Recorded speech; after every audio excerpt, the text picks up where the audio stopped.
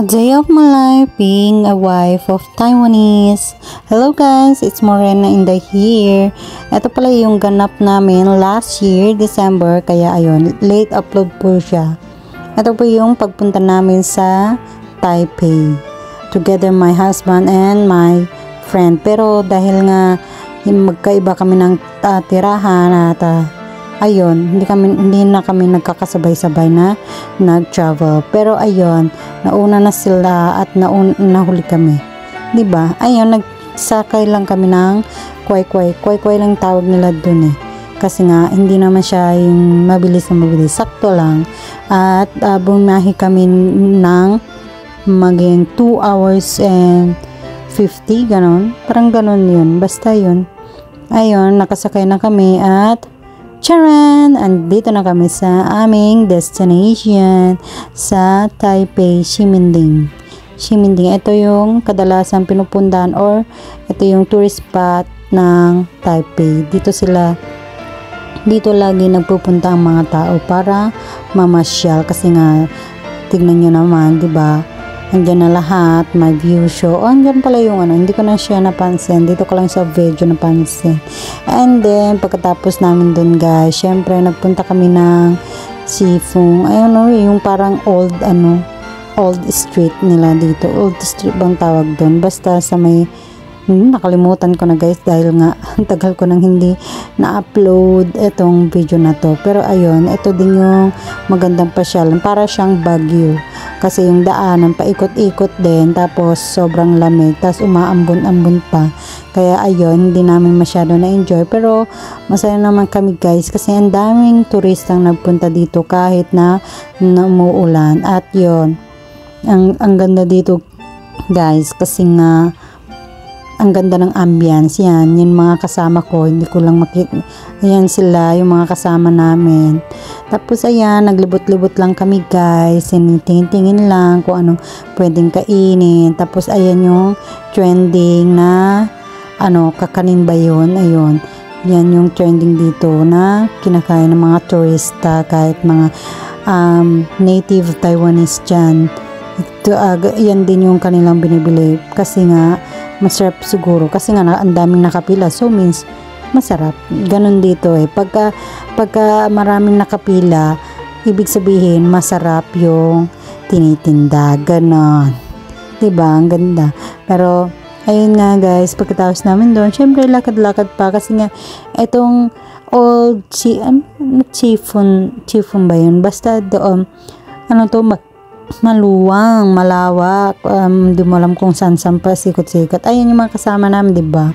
Apakaganda, di ba? Imay nyo na, Charis. Ayun. Tapos yan, naulan-ulan, kaya ang mga person, syempre, buti na lang may dala akong payong dyan, guys. Dahil alam kong uulan. Pero yung asawa ko, hindi ko na alam, pero nababasa-basa na siya dyan. Ayun ang juntis pa ako dyan, hindi pa lumalabas ang aking baby. At nag-travel na ako, gusto ko kasi, hindi ko alam. Pero madalas akong mapagod, mabilis pala, hindi madalas. Hindi ba, mabilis akong mapagod kasi nga syempre malaki na yung tummy, malapit nang lumabas kasi December 2 eh. Tapos January ko nilabas yung baby ko. Kaya ayun, natagtag siguro. Kaya ayun, mabilis lumabas. Imbis na February palalabas yung aking baby. Dahil sa aking paglalakad ng pakalayo, ayun, natagtag yata. Pero okay lang naman kasi super cute naman ang aking baby. Ayun, napalayo na tayo. Ayun, naglakad-lakad ulit kami guys dito sa aming pinuntahang pasyalan kahit na naulan, kahit madaming tao. Ayun, ang daming stall ng pagkain, pero mga souvenir, ganyan. Kaso, hindi kami napili. Pero kumain kami dyan guys. Hindi ko lang siya na video. Ang sarap-sarap nung kinain namin kasi may sabaw. Mainit-init. Tapos, pa yun? May tofu, ganyan. Ayun, masarap siya. Diba? Yun yung karamihang karaniwang binibili dito, yung tofu. Dito maraming tofu talaga, magsasawa ka. Tapos ayan, napaakyat-akyat na kami dyan kasi hindi ko alam kung saan kami patungo dyan guys. Pero may pupuntahan kaming magandang spot. yun yung para siyang, yun yung view, makikita mo sa baba, parang Baguio nga guys, kasi nga bundok siya, at tapos yung daanan, paikot-ikot, paikot-ikot ng paikot-ikot, hanggang mahilo-hilo ka, ayun. Tapos yan guys, diba, ang dami ko ng dada, hindi ko na alam kung anong sasabihin ko, pero ayun, ay enjoy nyo na lang yung aking pag voice over, at saka yung aking video.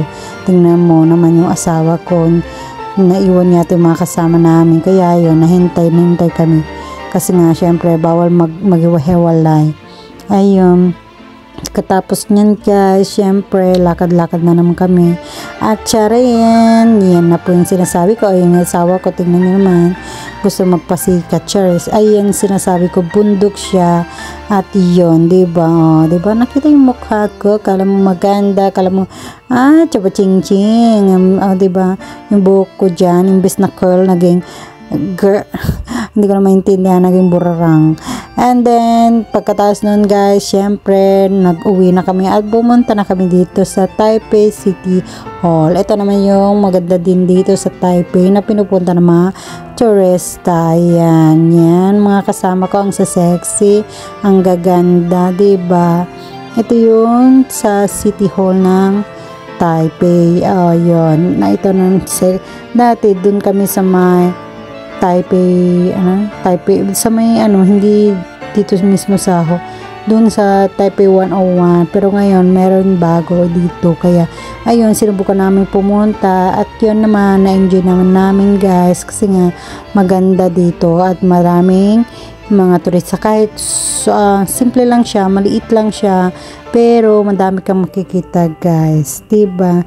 Tignan nyo naman guys, punong-puno ng palamuti, kasi nga syempre December, madaming turista, syempre ganyan ang nagiging agayo. Picture ko daw yung aking josawa, tapos ayan, lakad-lakad din ang aking katawan. That's yun guys. Yan lang aking mga video sa ganap ng isang araw. Yan lang yung ganap namin ng one day, diba? Nag-enjoy naman kami guys, kaya ayun, napapasalamat ako sa mga nanonood pa rin ng aking video. Sana supportan nyo pa rin ako sa aking mga vlog. Thank you so much. I hope you enjoy, and good night and sweet dreams. Daming sinasabi, pero ayan, nag-enjoy naman kami guys. Bye bye.